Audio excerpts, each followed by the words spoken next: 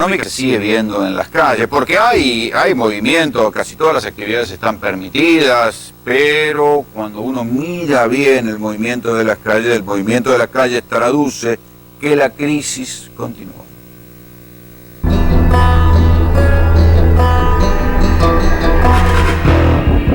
Estamos recorriendo la calle Florida, estamos viendo muchos negocios cerrados. ¿Esto es producto de la pandemia? Sí, la pandemia es el lugar que más afectó de todos los centros comerciales, es la calle Florida y alrededores. Todo lo que es microcentro está devastado. Florida al 800 tenemos 9 cerrados, incluyendo Harrods, y después tenemos la peor cuadra de todos, es la del 900, que tiene 14 locales cerrados. Y la gente que venía acá todos los días a consumir está en su casa, tanto las oficinas como el turismo no volvieron más. Hoy en día vos calculás que tenés un 30% de locales cerrados, estás hablando de casi 2.000 y pico de personas, 3.000 que están sin trabajo. Ustedes los veo con un cartel en la puerta que dice liquidación por cierre. Sí, estamos con este cartel debido a la situación que estamos atravesando. Es una situación, la verdad, dolorosa para una calle que es ícono de turismo, ¿verdad? Nos espera es solucionar el tema con la vacuna, pero hasta que la vacuna funcione, estamos todos los que quedamos, nos fundimos todos. Muchos locales, muchas casas de comida, muchas tiendas de ropa. Prácticamente tenés 8 o 10 locales por cuadras vacíos, que se fueron definitivamente. En galerías habrá más o menos unos 900 locales. Ahí es donde el problema más grande, porque ahí tenemos más de 400 locales cerrados.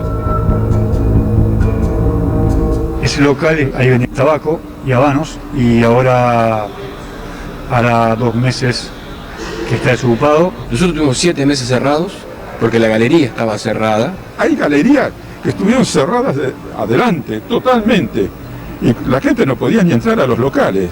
Esos dueños de esas galerías hicieron juicio por los alquileres caídos. No te pones a pensar, si estuve cerrado, ¿cómo querés que nunca me abriste la galería? Al estar cerrado, no entrar un mango, la gente se le empieza a juntar las cuentas y bueno, ¿y entonces qué hace? Cerrar, si no pueden pagar el alquiler, la expensa, pagar la luz y todo eso, se hace muy difícil, la situación está muy complicada. Allá también veo 2 locales que cerraron. Los 2 estaban ocupados cuando abrió la galería, con los protocolos, empezaron a verse vacíos. La gente no volvió a retomar la actividad. ¿Te pudiste despedir de algún comerciante que tenía un local acá hace años? Cuando yo vine acá, que abrió un lunes, me agarró una congoja, porque no me pude despedir de ninguno. Estaban todos así, todos cerrados con... Y vos decís, ¿cuándo te toca a vos? Muy poca gente, hay poca circulación y bueno, y es el día a día. No hacemos más que estas cositas que están acá. Antes teníamos todo esto lleno de empanadas, sándwiches, de milanesa, de lo que quiera, de miga. Ahora poquito y bueno. Antes vendíamos 60 camperas por día, pasamos a nada. Ahora vendemos 2 camperas por mes. Hasta acá le trabaja con el 70% de turismo, las fronteras están cerradas, los de provincias con turismo interno como externo. Y también 30% de oficinas, las oficinas están haciendo home office. Yo ya hipotequé un departamento para seguir pagándole a los empleados. Es decir, estamos con el agua al cuello, no podemos salir. Todos los ahorros que tenías se fueron. No te quedás sin ese colchón lógico que tenías. Por lo tanto, cuando vos abrís acá, empezás de cero como si recién abrirías el primer día que abriste el local. Éramos 140 empleados. Yo tenía 3 sucursales. Bajamos a 40, cortamos con la fabricación y ahora somos 11. Uno de los locales ya lo cerré. El próximo sería Éramos 5 y después, bueno, ahora ellos los demás se retiraron, bueno, y quedamos nosotros y sobramos. A veces estamos los 2 y no hay gente. Tengo un atraso tremendo en impuestos, en ingresos brutos, en cargas sociales, no lo puedo pagar. Nosotros tenemos 1 año aguantando esto. Podemos seguir aguantando 1 año más porque por lo menos las perspectivas que tenemos es 1 año más. Para mí son 2 años. Y si tenemos que pensar en el turismo, tenemos que pensar entre 2 o 3 años. Esto es no sé quién va a quedar.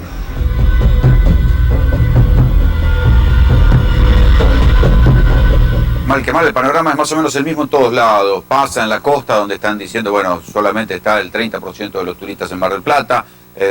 Los teatros que en Mar del Plata están levantando las obras porque no va nadie, por más que haya un aforo y menos butacas, no va nadie, están levantando obras.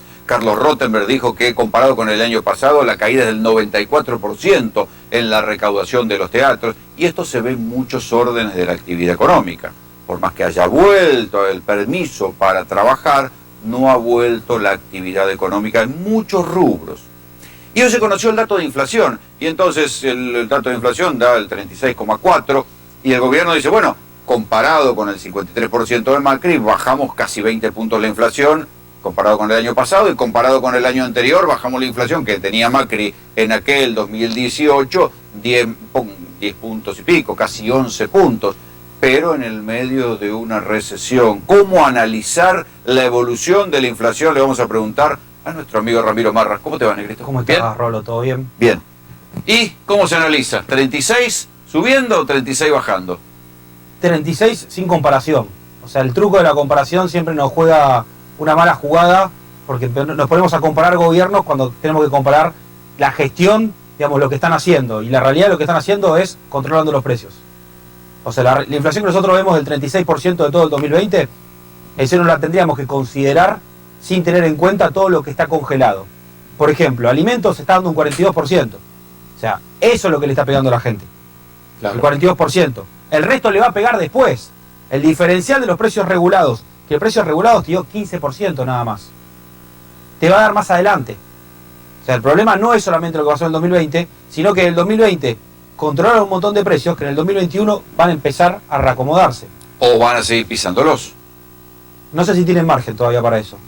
Creo que ya se están quedando sin margen, porque aparte tienen un acuerdo con el Fondo Monetario que tienen que llevar un plan económico. Un plan económico donde digas, voy a seguir pisando los precios, no tiene mucha lógica. ¿Y el dólar? Bueno, el dólar del año pasado subió, el dólar oficial, un 44%. O sea, va con un poquito por encima de la inflación. Sí, la inflación un 36, el dólar un 44. Pero claro, cuando lo comparás con la inflación de los bienes, que fue un 43, ahí tiene más lógica. Ahí te das cuenta de la incidencia que tienen los precios regulados. O sea que a diferencia de otras épocas donde el dólar quedaba pisado por diferentes motivos, ellos se están dejando correr el dólar al ritmo de la inflación real. El dólar oficial. Sí, claro. Pero fíjate en el cuadro ese lo que pasó en abril y mayo. Ese es el dato del año. La cuarentena estricta fue en abril y mayo. Claro. 1,5 cada mes. O sea, ahí sí, fíjate que hay una caída. El momento no se podían aumentar los precios.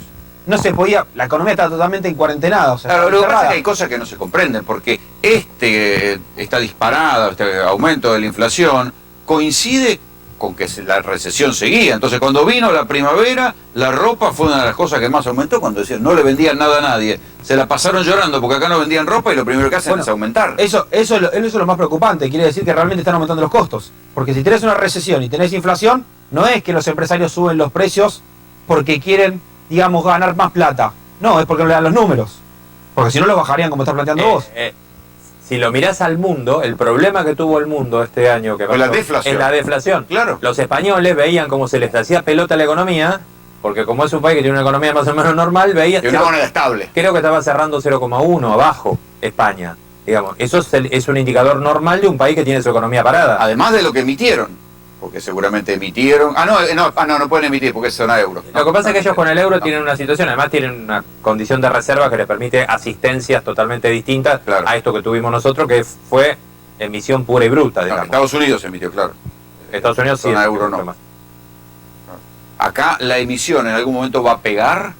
Ya está pegando, esto es parte del golpe de la emisión que empezó en junio, julio, cuando empezaron a dar todo el IFE, la ATP. Eso no pega de manera inmediata, te pega con los meses. Esto es parte de la emisión. Lo que pasa es que como tiene los precios regulados, también está un poco distorsionado. El 25% de los precios están regulados hoy. No va a haber más, ni IFE ni ATP. Nadie está hablando de eso. No, a ver, podemos decir formalmente que no está calculado en el presupuesto, lo que en Argentina eso no significa nada. Pero la realidad es que el gobierno no tiene manera, porque no es que el gobierno no tiene, no sé, corregime vos, no es que el gobierno no tiene previsto no emitir o bajar dramáticamente. Tiene previsto bajar la emisión el año que viene, pero tiene un nivel de emisión proyectado para cubrir gastos que igual es gigantesco. Sin pensar en que... En el IFE ni en el ATP. No, si no tiene más plata. No hay fondo. No tienen manera. Pero ¿cómo se gestiona un año sin plata? Bueno, va a ser un año complicado. Porque, o sea, encima año electoral. Bueno, eso es lo preocupante, digamos. Siempre los años electorales es donde la economía levanta. Acá vamos Hace falta que levante. Acá vamos a tener un rebote, que acá en un momento la gente se empieza a confundir y dice, pero la economía está levantando. No, es el rebote. La economía cae un 12%, el año que viene sube el 5%. No es que realmente está levantando. Está es el bien, rebote pero que el coronavirus provocó lo mismo en todos lados. O sea que es difícil analizarlo comparativamente. Sí, exacto. Acá el problema es que tenemos 10 años de recesión. O sea, se perdió eso de los años pares y los años impares que se da en la economía argentina con el tema de los años electorales. ¿Habrá emisión para el año electoral? ¿Emisión para reactivar? No sé si para reactivar, para cubrir gastos tienen que emitir. Sí, van a emitir para cubrir gastos, quieren hacer un plan de deuda, pero también, o sea, tienen Eso es lo que yo te quería preguntar, que es en relación a lo que decía Rolando recién.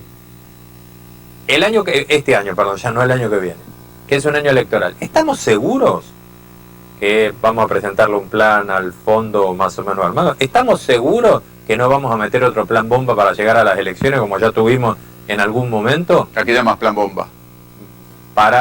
Seguir frenando tarifas, seguir controlando el dólar, seguir controlando precios y llegar a octubre. Meter plata como sea a través de planes sociales y calmar todo y seguir llegando a octubre. Y llegar a octubre como sea. Ya llegamos una vez a 1 de octubre quemando como los barcos, quemando la leña, los muebles en la caldera. Yo creo que existe ese peligro, serio. Ganar tiempo. Ganar tiempo. Lo que está diciendo vos es que quieran ganar tiempo hasta las elecciones. El Fondo Monetario ayer salió con un comunicado que dijo, nosotros ahora terminamos las vacaciones, ahora vamos a volver a hablar con Argentina. Pero quiere decir que no hubo ningún avance. Claro. Y marzo ya nos toca. El Fondo Monetario también tiene una responsabilidad que tiene que, decir, a ver, ¿qué hiciste con Argentina? Le van a preguntar. Pero es verdad que pandemia mediante no pueden exigir mucho. Porque decir, bueno, no van a decir, pagame en medio de la pandemia, porque la pandemia también funciona para todos los países como un stop. Claro, pero el fondo no está pidiendo que le paguen, el fondo está pidiendo, mira, presentame, ¿qué vas a hacer? Un plan. Y el gobierno todavía no mostró ningún plan. ¿No está Guzmán para eso? Pero, a ver, a mí me preocupó lo que dijo Guzmán en la semana. Pero bueno, yo soy un analista, no soy un analista Guzmán. A ver, aclara, contá qué es. Y Guzmán esta semana dijo, el plan lo único que conocemos es que va a bajar 5 puntos por año la inflación. Que no sabemos en base a qué lo tomamos. Obviamente yo creo que hay que tomarlo en base al 35 de este año. El 29, Guzmán habla y el gobierno habla sobre que el año que viene va a haber 29% de inflación, porque ese es el número que metieron en el presupuesto. No hay nadie que te diga que va a ser decía que va a ser el 25 y terminó siendo el 50. No, pero no hay nadie que diga, no hay nadie que diga que va a ser menos del 50. No existe nadie, desde el REM hasta cualquier consultora. Entonces, no siempre la han pegado. Acordate que los tiempos de Macri al revés decían menos y después iba más. Lo que yo digo es esto, y corregime por favor si me estoy equivocando, tomes el promedio que tomes, lo que dijo Guzmán el otro día es que es la única tranquilidad, digamos, entre comillas, es que vas a llegar al final del gobierno de Alberto Fernández con una inflación de entre 35 y 40%. Si le sale bien un plan que no sabemos cómo es, digamos, no tiene letra el gobierno, eso es lo que estoy diciendo. Sí. O no la dice, porque hay un debate interno. Bueno, para que el debate supuestamente ya terminó, supuestamente el debate lo está ganando Guzmán ante Pelle. Lo que pasa es que desde que Guzmán le ganó a Pelle, las cosas no cambiaron tanto. ¿Qué se hizo? Bueno, claro, se paró un poco el dólar, pero claro, un dólar que ya había sido un 100%. No es que agarraron... Está bien, pero acordate que era casi un golpe de mercado. Si seguía disparándose el dólar cuando llegó a 195, todo el mundo estaba diciendo esto vuela, y lo bajaron. Pero lo bajaron. Pero lo que te decía recién es, hoy vos no podés conseguir un dólar oficial en Argentina por menos de 150 pesos. Y podés conseguir dólares financieros por menos de 150 pesos. El gobierno siguió devaluando. Sí. Y va a seguir.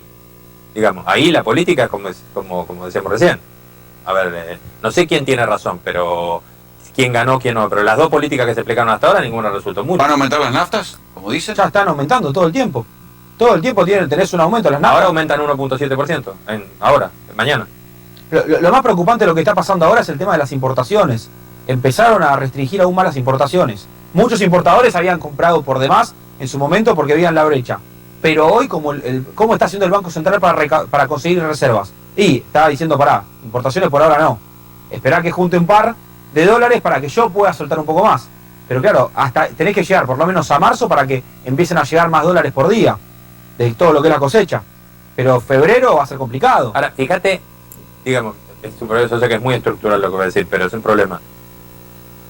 Mañana aumentan de vuelta a 1.7, creo que aumenta la nafta. ¿Qué es lo que aumenta la nafta mañana? El impuesto. Lo que más aumentó la nafta este año fue por actualización del impuesto y no por aumentos que le reconocieron. Es decir, acá el otro problema que tenés es que como el Estado no está en condiciones de hacer ningún sacrificio, todo esto que hablamos, el 50% se lo lleva el Estado. Antes que vayamos un policial que nos está llegando, contame qué pasó con Bolsonaro y el trigo. Bueno, hay una pelea que finalmente parece ser que puede tener un arreglo, Scioli, la verdad que Scioli está demostrando que tiene relativamente bastante buena relación. Y es que básicamente Bolsonaro se cortó imponiendo restricciones al comercio de trigo con Argentina en las mismas condiciones que se las ponía al resto del mundo. No queda muy Mercosur eso. No es muy Mercosur. No le gusta mucho el Mercosur a Bolsonaro. Bueno, de hecho, fíjate que una de las noticias que tuvimos esta semana con relación al no nosotros, Brasil, con relación al tema automotriz, fue una decisión terrible de la empresa Ford de levantar todas sus plantas en Brasil, que deja a la Argentina ahora comerciando esa empresa con el resto del mundo para importar autos, que hay que ver a qué arancel los trae, porque ahí falta un acuerdo, porque entonces ahí te va a ver Mercosur y te tienen que aplicar el arancel externo común. Bueno, algo parecido a esto, por eso pongo el ejemplo, es con lo que estaba resultando con el trigo, las restricciones que impone Bolsonaro. Bolsonaro quiere privilegiar otros mercados y ahí cayó Argentina. Ramiro, gracias por venir. Gracias a vos. Y ahora sí, una información urgente, una mujer policía